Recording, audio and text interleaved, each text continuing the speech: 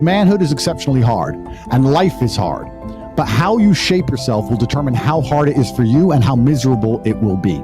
As a man, there is no easy life. Your life is not about being easy. Your life is not about being happy. Your life is always going to be difficult. All of the pain you feel, all of the sadness you feel, you're supposed to feel as a man, and you have two effective binary choices.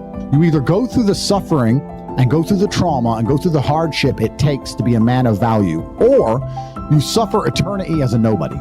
And being invisible, I would argue, is almost worse. You can have a very stress-free life if you work in Starbucks. You don't care about the Starbucks once you clock off. You go home, you play video games, and you exist until you die. That's stress-free, but you have to suffer being a nobody.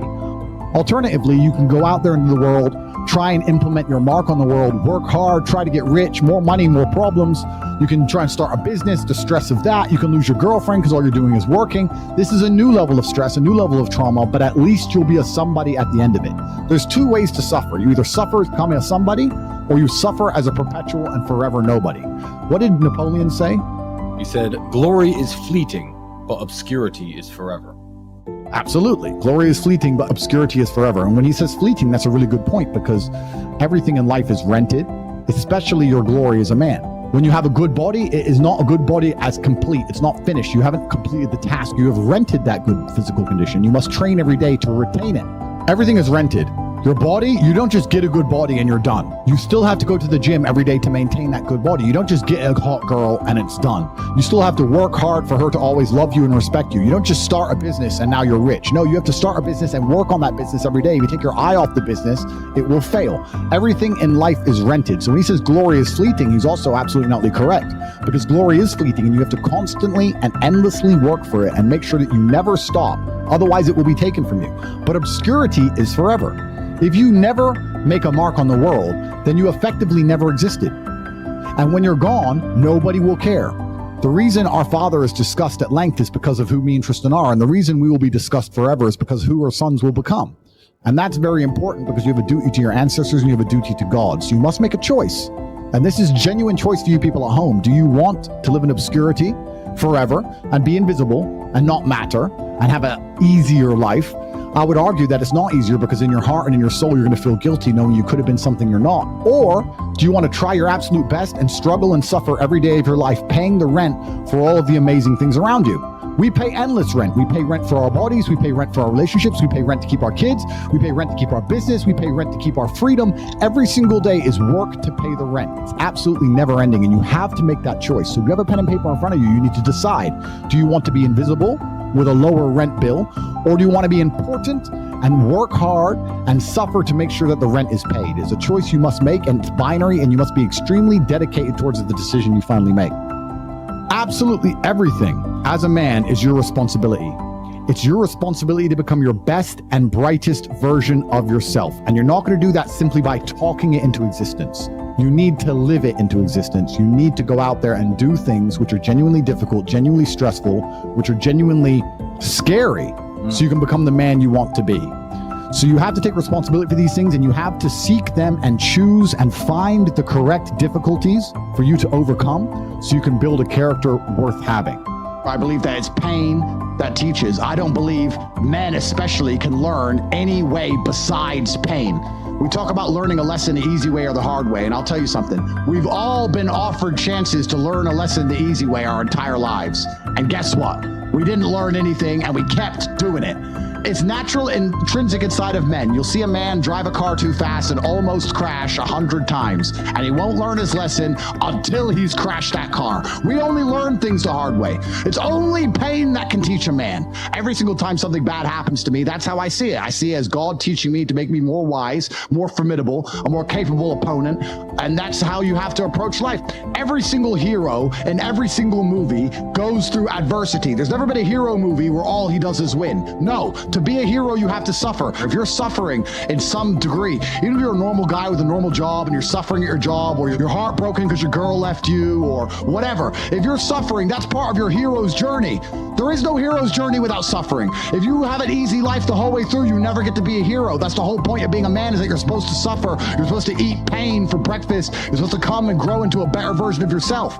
That's exactly what life's supposed to be about as a man. If you want to be a superhero in life, you need to understand that For 80% of the movie, you're going to suffer. For 80% of the movie, you're going to lose. Watch any superhero movie. For 80% of the movie, it is nothing but pain and frustration and difficulty. And when your life is that way, you have a chance to grow into something fantastic, and you should thank God for every difficult thing he puts in your path. Think about a superhero movie. A man is unfairly imprisoned in a Romanian jail cell and trained so hard he emerges stronger than ever before. That is a movie.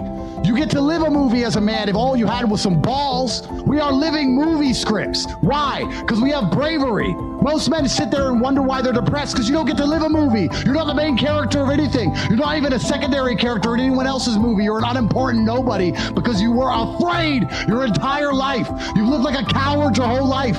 You were afraid of what might happen if you have some balls. And then you wonder why you're depressed. I'd be depressed if I was you. Of course, your life sucks. I'd rather go to jail as me than live free as you. Because when you're free, you can't even do anything. You can't go where you want, you're broke. You can't have sex, girls don't want you. You can't speak because no one listens.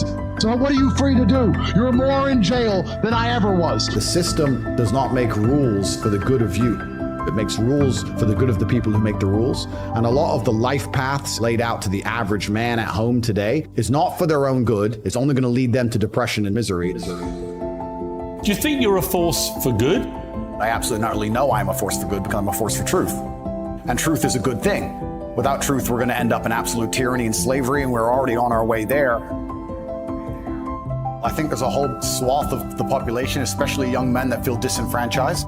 I haven't put a magic spell on the world. The fact that people like what I say means that they agree with me deep inside. They may be afraid to say it themselves, but I am seen as a bastion of free speech and a bastion for masculinity as a whole, because a lot of men are largely forgotten about. I mean the best for people. I want everyone to be successful. I want the world to be a better place. And I think the world's a better place based on the back of strong men who stand up for what they believe in. I think that's how the world's always been a better place. The Matrix programming says the opposite. They're telling us that to be a better place, all the men need to be weaklings and compassionate without any morals or without any hard lines or beliefs. And they must talk in a very, very soft way. And we need to be very, very compassionate and very, very tolerant and all these things. But if you look at history, the only times things were peaceful and nice is when strong men stood up with their swords and said, no, this is mine and this works this way. And no one's going to come fuck with it. I think that masculinity and strength is what makes things beautiful. It's what preserves things, and it's what we need more of. This is what's missing from the world. Masculine men have a duty to provide and protect those they care about. We have a duty to do things we don't feel like doing because we know we're supposed to do them.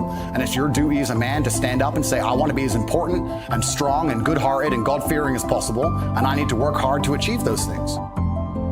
If you cannot control your own mind, then you are just a feather in the wind of life. Because your own mind is the only thing you can control. You can't control the weather. Right. You can't control other people. You can't even control whether your heart stops beating. You might have a heart attack tomorrow. You can't control anything besides what you think. There's no such thing as too much masculinity if it's genuinely masculine. Genuine masculinity is not out here to hurt people. It's absolutely the opposite. It's out here to protect. And when bad things happen, they call traditionally masculine men. If you need a firefighter, you need a masculine man. When you call the police because of the problem you have, you want masculine men. And as soon as a woman or a man is in trouble, when you look for backup, you look for masculine men. And masculine men have a duty to provide and protect those they care about. We have a duty to do things we don't feel like doing because we know we're supposed to do them. And that's why we stayed in the Titanic and died. And the dangerous thing about overly emotional men is that they're dangerous. They're genuinely dangerous. This is what's crazy. All these people who talk about toxic masculinity and how bad it is for men to be traditionally masculine. A traditionally masculine man does things he doesn't feel like doing because it is his duty to do them. He charges into the building because it is his duty. Not because he feels like it, because it is his duty. We're now teaching the new generation of men that they don't have duty and they can just act on their feelings and act how they feel, and they don't have to act as a man should. Do you know what happens when you get men who just act how they feel? You get school shooters, you get violence, you get rapists. Men who do not control their emotions are dangerous. If you find a man who is stoic, he's not going to hurt people. He's going to sit and think about his actions very carefully, and he's going to be a good man who protects and provides for his family. You find a man who just acts out on impulse and does whatever he feels like, you're going to find a dangerous man. Sitting here telling men to cry more and act with their feelings, and it's okay to feel this way, that way, etc., and have no self-control. That is why we have the problems we have in the world. Absolutely and utterly wrong. So when they talk about toxic masculinity, they have it completely inversed on its head, completely and utterly wrong. We need to be teaching stoicism. We need to be teaching young men to understand that the world is very, very difficult. It's hard to be a man. You're going to feel bad sometimes. You just suck it up and perform anyway. Not to sit there and cry your eyes out or blame other people. We live in a comfortable world now where people think, oh, it doesn't matter, it doesn't matter. But you know what? To some degree, it does matter. It does matter, and I'll tell you who it matters to. It matters to your soul, and it matters to God. I stand in the mirror with a pure heart. I know I am the best version of me that could possibly ever exist. I know that God is proud of me. There's nothing that God hates more than sloth and laziness. If God were to create a man and that man were to sit around and do fuck all, God will frown upon you. It's why you're never lucky.